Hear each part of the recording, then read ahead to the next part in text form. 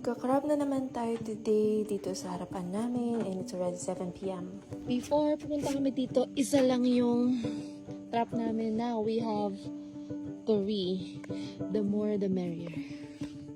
Ayan, lagay na natin yung pamain natin. Chicken. Sige.